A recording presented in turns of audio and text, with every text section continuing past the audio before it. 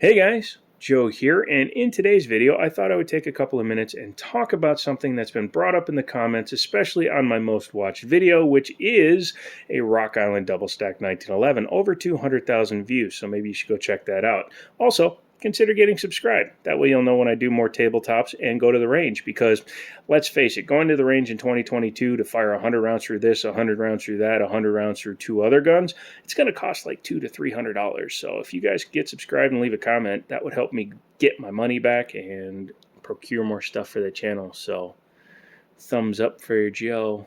That's all I'm saying. One of those. What's it going to hurt? It's going to hurt you? I don't think so.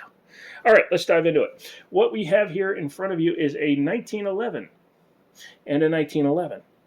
Now, before you run to your computers and start typing really furiously, that's not a 1911, that's a 2011. Sit down, Mortimer, and watch the whole video.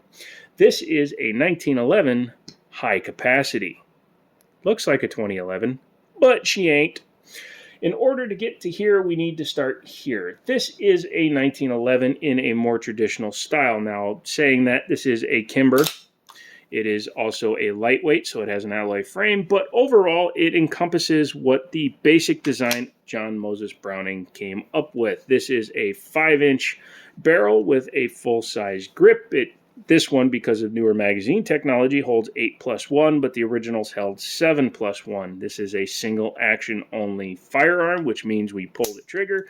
That's it. No more ba-bang, ba-bang, ba-bang, ba-bang. This was carried by the U.S. military from 1911 all the way up to 1982, when it was officially replaced by the M9 series from Beretta. However, obviously, replacement time and all that good stuff, I think 1985 is when they pulled these out of standard rotation.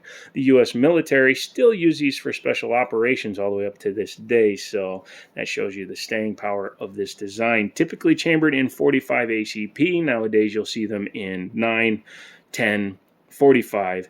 You can even get custom ones like 50 GI or 357 Magnum if you can find an old Coonan. By the way, if anybody has an old Coonan, let me know. I'd really like to get my hands on one. But this is your basic traditional firearm, and this served well for many decades.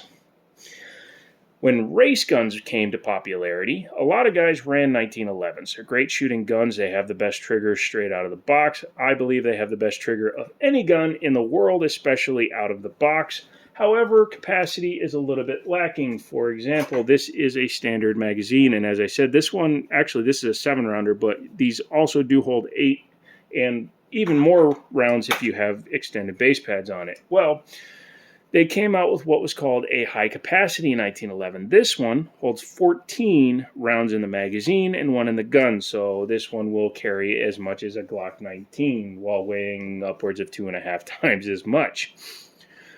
Para Ordnance most famously created a model they called the 1445, as evidenced by the 1445, the P1445. Now, this is a Metgar mag made brand new, yet it's still stamped for Para Ordnance, which unfortunately went out of business because Freedom Group bought Para Ordnance while they still owned Remington, and then they re-released the Para line as the Remington R1 line, jacked the price up 45%, and then they sat there scratching their heads when they didn't sell. Freedom Group. That's like the HMO of firearm companies, because, you know, every company they've bought has gone bankrupt at one point or another, including Remington, which just went bankrupt again. So let's stop talking about Freedom Group, because I don't want to burst into flame, and I don't like summoning devils when I'm talking about something good. But anyway, the 1911 high capacity, Para Ordnance, and then the Remington R1s eventually led to Rock Island's Tact Ultra 2. Now, this is a highly customized version of the gun. They do sell a more base version. In fact, my very first one was a double stack 9mm, but this one is a double stack 45, 45, and it has things like the extended dust rail and a pick rail integrated, and obviously you can see, because it's got a full-length dust rail, the slide cut is slightly different. This is a standard slide cut. You see how it's actually up higher than the base of the dust cover? Because this is a full dust cover. It's a completely flat firearm. Looks really good, doesn't it? I believe I showed clear, but let's just show it again, just so you guys know I'm not waving and flagging myself with a loaded firearm.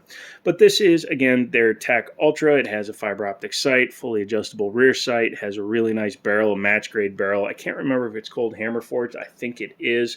Has the pick rail as previously stated, has ambidextrous safeties, extended mag release, extended mag release, nice ambi controls, extended slide lock slide release, skeletonized hammer, skeletonized trigger, and an extended beaver tail.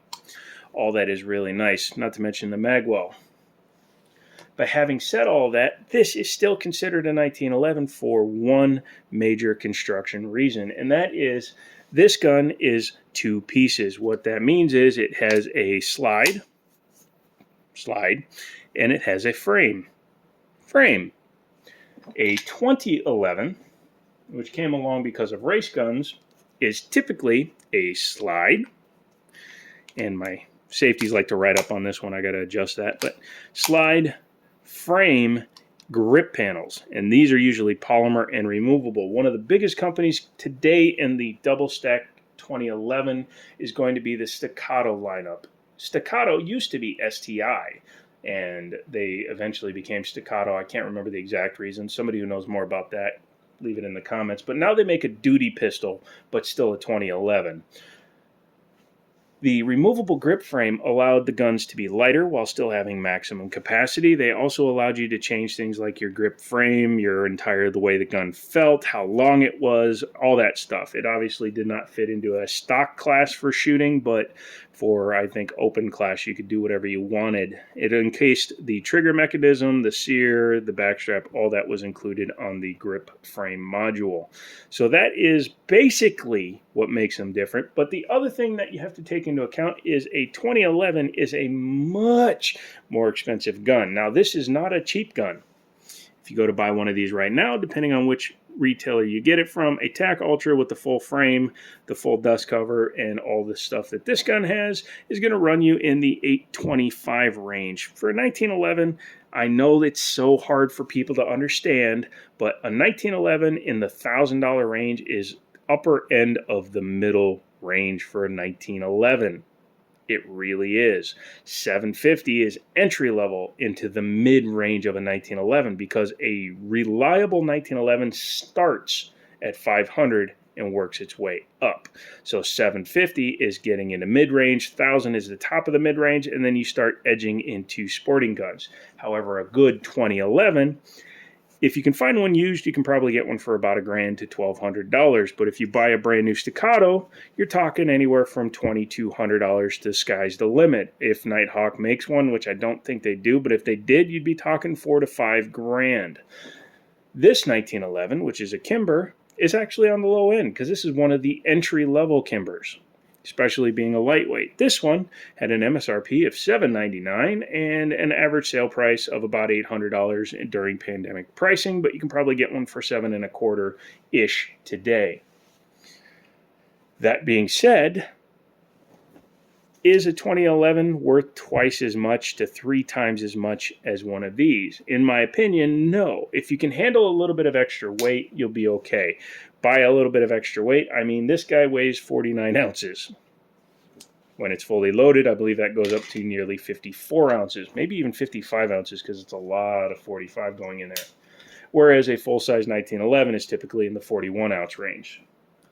Are you willing to carry an extra pound, or are you willing to pay 3 times the money for a lighter gun? I'll leave that up to you. My opinion, obviously since I own a high-capacity 1911 and a standard 1911, is 1911 was good enough for Browning, it's good enough for the rest of us. I don't know what accent this is, but I'm not starting this over. So just click on the good button. If you made it this far, comment comrade down there. Make everybody wonder what the hell we are talking about. Come back for the range video and other videos on the channel. Okay, I'm done using that voice. And I'll just enjoy seeing you later. Yeah, that's right. I'm going to enjoy it. I'm creepy that way. Come back for another video. And as always, I'll talk to you later.